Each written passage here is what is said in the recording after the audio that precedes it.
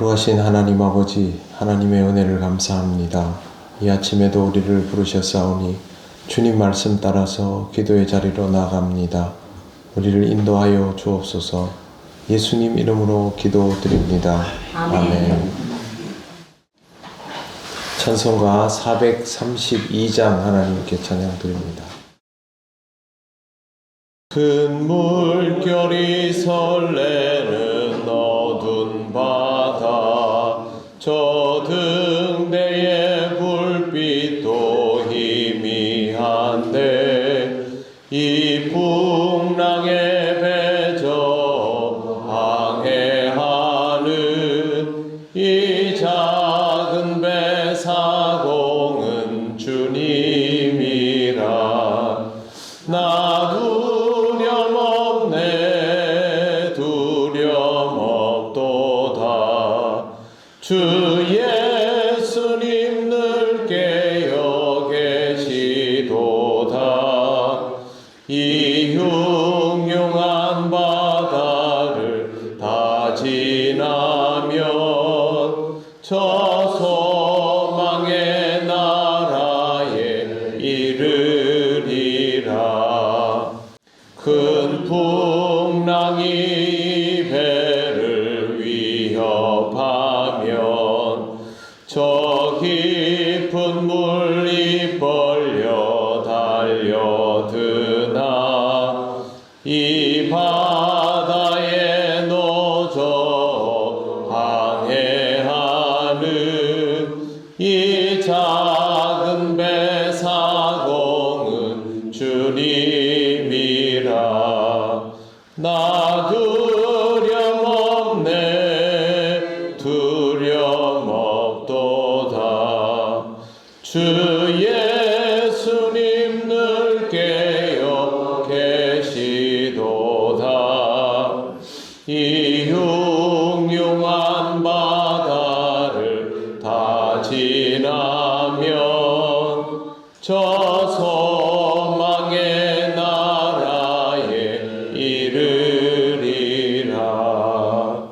큰 소리로 물결을 명하시며 이 바다는 고요히 잠자리라. 저 동력이 환하게 밝아올 때 나 주 함께 이 바다 건너가리.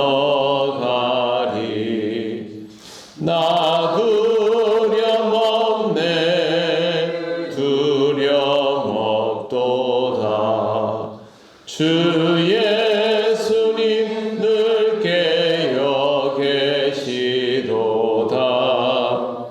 이 흉흉한 바다를 다 지나면 저 소망의 나라에 이르리라. 아멘. 하나님 말씀 누가복음 15장 17절부터 20절입니다. 한 절씩 교독하겠습니다.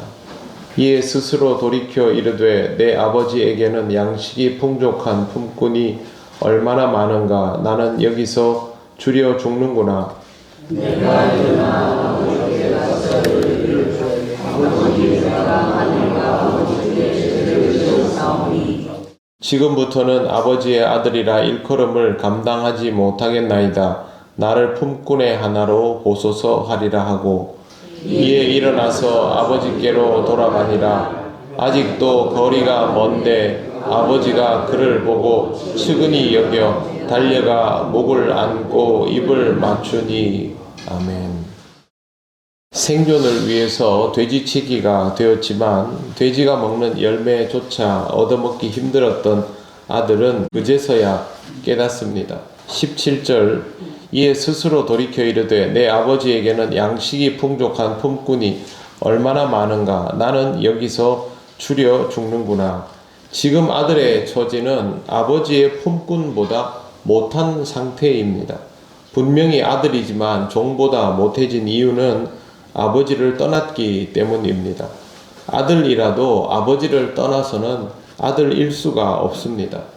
이제 아들은 돌아가기로 결심합니다. 18절 내가 일어나 아버지께로 가서 이르기를 아버지 내가 하늘과 아버지께 죄를 지었사오니 지금부터는 아버지의 아들이라 일컬음을 감당하지 못하겠나이다. 나를 품꾼의 하나로 보소서 하리라 하고 아들은 아버지에게 돌아가면 어떤 말을 해야 할지를 분명하게 생각해 놓은 상태입니다. 돌아가려 하지만 아들의 자리로 돌아가려 하지는 않습니다. 자신이 죄인인 것을 알고 있기에 돌아가는 것 자체를 목적으로 하고 있습니다. 그가 돌아가려는 이유는 일꾼이 되더라도 아버지와 함께 있는 것이 더 낫다라는 것을 알았기 때문입니다. 하나님을 여기서 아버지를 하나님으로 비유하고 있지 않습니까? 여기에서 돌아갈 수 있는 이유는 아버지와 함께 있는 것 때문입니다. 이 세상에서 어떤 존재로 살아가는 것보다 아버지와 함께 하는 것이 우선이다라는 것을 알 수 있는 사람이 아버지께로 돌아올 수 있는 사람이다라는 것을 예수께서 이 비유를 통하여 가르쳐 주고 있는 것입니다.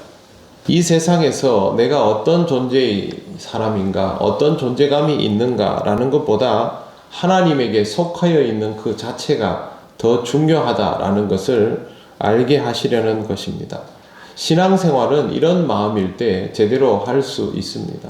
이 세상에서의 삶을 위해서 신앙생활을 아무리 영위하려고 해도 이 세상의 삶에 무게가 실려져 있다면 신앙생활은 결코 본 궤도에 오르지 못합니다.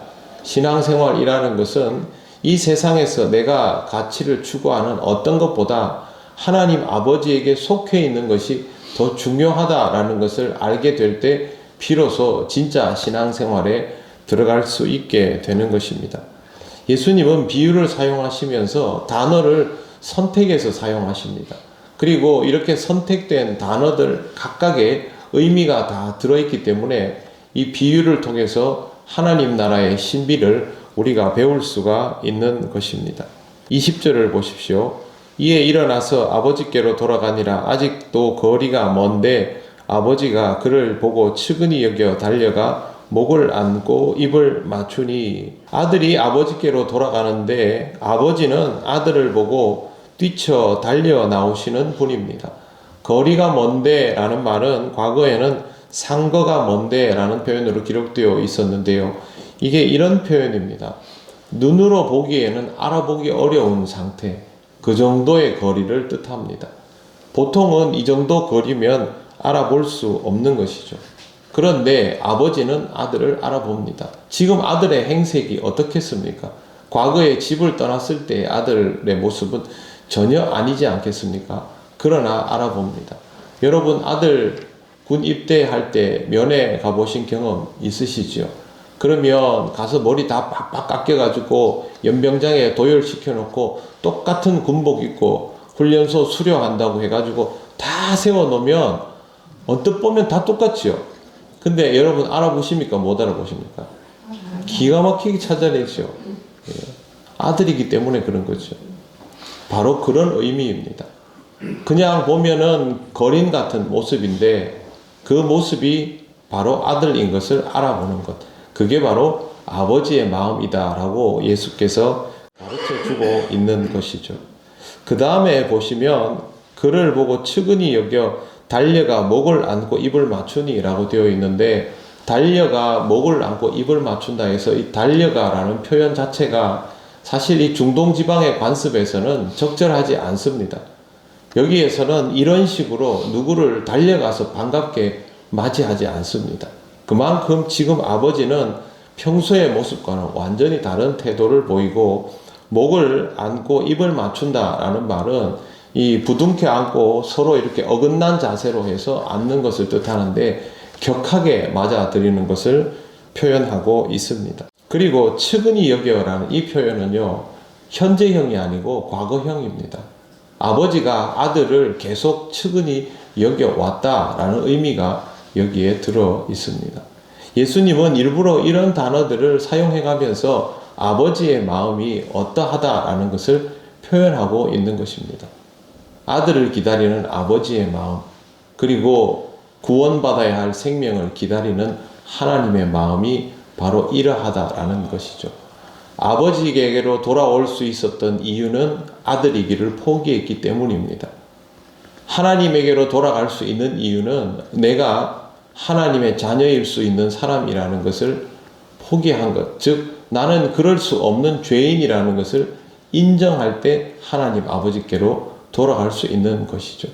바로 이런 마음으로 아버지께로 돌아가는 자가 되어야 함을 알려주시는 것이고, 그렇게 스스로 자격 없음을 깨닫는 마음을 하나님은 기쁘게 받아주신다라는 것을 가르쳐 주시는 것입니다. 하나님 나라는 이와 같이 스스로 주인 되심을 내려놓으시고 죄 많은 인생을 맞이해 주시는, 그것도 너무도 적극적으로 맞이해 주시는 이런 하나님으로 인하여 이루어지는 나라입니다.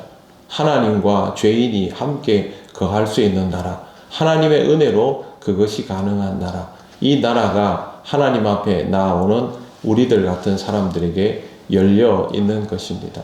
이 나라에 살아가고 있음을 기쁘게 여기시고, 하나님을 전할 때에도 항상 아버지는 이렇게 달려와 주시는 분이라는 사실을 꼭 알려주셔서 죄인임을 깨닫는 그 순간이 절망의 순간이 아니라 희망의 시작인 것을 항상 복음으로 전하여가는 여러분 되시기를 바랍니다.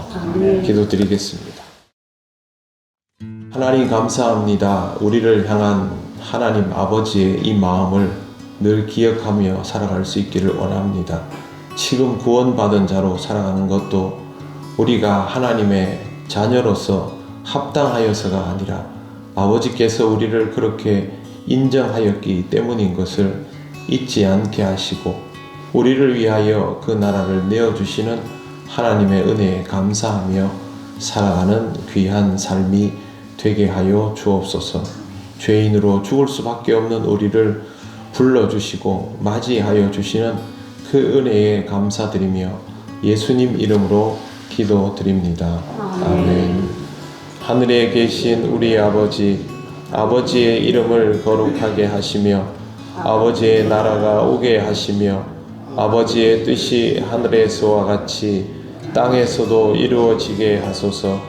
오늘 우리에게 일용할 양식을 주시고 우리가 우리에게 잘못한 사람을 용서하여 준 것 같이 우리 죄를 용서하여 주시고 우리를 시험에 빠지지 않게 하시고 악에서 구하소서.